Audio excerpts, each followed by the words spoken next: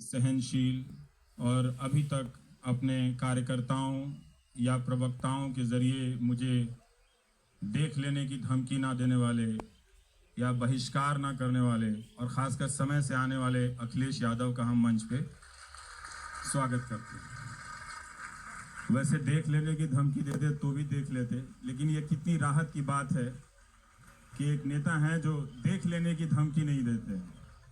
आपके समर्थक भी हैं, पर कोई बात नहीं, हम आपकी भावनाओं का सम्मान करते हैं, पर इस बात का भी सम्मान कीजिए कि यही लोकतंत्र है जहां सबको आकर बैठना पड़ता है। मैं न रहूं, आप न रहें, कोई रहना पड़ता है। ये वो लोकतंत्र नहीं है कि आप एक एंकर का बहिष्कार दुनिया की सबसे बड़ी पार्टी करती है और 2 साल 3 साल तक, तो ये लोकतंत्र नहीं है। खैर कोई बात नहीं, आप आए, जब आप बहिष्कार करेंगे तो आपका भी हम देखेंगे। अभी आपने नहीं किया है तो हम सवाल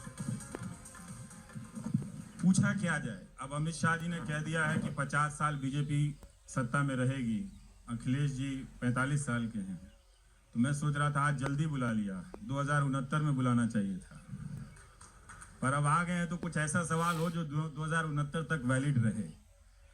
तो आप बताइए कि उनके भीतर तो इतना आत्मविश्वास है कि वो 50 साल तक उनको कोई नहीं हरा पाएगा। मैं आपके भीतर का आत्मविश्वास समझना चाहता हूँ, कुछ है भी कि नहीं है? हालांकि 50 साल उन्होंने ज़्यादा बता दिया। मैं अगर ठीक साइकिल चलाता रहा, स्वस्थ रहा, तो शायद मैं 50 साल बाद रह सकता हूँ। जिन्होंने ये बात कही है 50 साल, वो इस धरती पे रहेंगे कि नहीं रहेंगे, ये सबसे बड़ा सवाल है। और 50 साल तो लंबा समय है, इंतज़ार कर रही है जनता। और मैं समझता हूँ अगर तारीखें ठीक ठाक होंगी तो 50 हफ्ते में ही जनता फैसला ले लेगी। जनता दुखी है, नाराज़ है, और हम पॉलिटिकल पार्टी ज़रूर एक प्लेटफॉर्म देंगे उनको, लेकिन आखिरकार जनता नाराज़ है। मैं तो ये कह सकता हूँ कि गोरखपुर में लोग कहते हैं कि आपने एक एक्सपेरिमेंट किया। मैंने कहा एक्सपेरिमेंट नहीं किया हम लोगों ने, हमने केवल जनता का गुस्सा समझा और वो गुस्से ने हमारी मदद की। चाहे गुस्सा भी दिखाई दे न रहा हो, बैलेट होता तो आवाज़ आती, मशीन तो केवल आवाज़ करेगी। हालांकि भरोसा टूटा है और मैं पहला हूं जिसने ये कहा, और मैं उस बात को इसलिए कहता हूं कि इलेक्शन कमीशन हमसे पूछता है कि आप बताइए, मशीन खराब करके दिखाइए और ठीक करके दिखाइए। मैंने हमेशा ये बात रखी, कहा कि हम एज ए पॉलिटिकल पार्टी केवल ये जानना चाहते हैं कि अगर मशीन खराब हो जाती है तो आप इसको ठीक क्या करते हैं, और अगर ठीक अगर आप कर सकते हैं तो खराब भी कर सकते हैं। विश्वास नहीं है तो मशीन में हेरा फेरी बिना चुनाव आयोग की मिलीभगत के तो नहीं हो सकती है।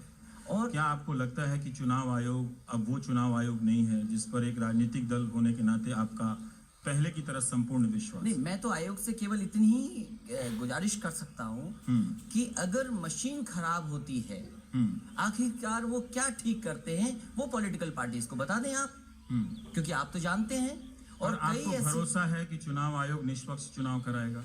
मैं समझता हूँ अगर बैलेट से पड़े तो लोगों का गुस्सा भी निकल जाएगा, और जो मशीन के प्रति अविश्वास पैदा हुआ है जनता में, क्योंकि अगर मशीन पर अविश्वास है तो लोकतंत्र में अविश्वास। पर आयोग के बारे में आप क्या समझते हैं? मैं समझता हूँ आयोग को फैसला लेना चाहिए जो पॉलिटिकल पार्टी। आपको लगता है कि उसकी भी विश्वसनीयता दांव पर है इस चुनाव में? क्योंकि लोग जो वहाँ पहुँचते हैं बिना पॉलिटिकल अप्रोच के इलेक्शन कमीशन में लोग नहीं पहुँचते हैं। क्योंकि मैं भी मुख्यमंत्री रहा हूँ, एक लिस्ट आती है अधिकारियों की कि आपको उत्तर प्रदेश में किसको भेजना है, कहाँ बनाना है, आखिरकार वो पॉलिटिकल प्रोसेस से तो गुजरता ही है कि कोई भी किसी पद पर पहुंचने के लिए हालांकि कहने को तो ये कह सकते हैं कि कॉर्पोरेशन है, आयोग है, ये निष्पक्ष होता है, लेकिन वो पॉलिटिकल व्यवस्था से तो गुजरता ही है।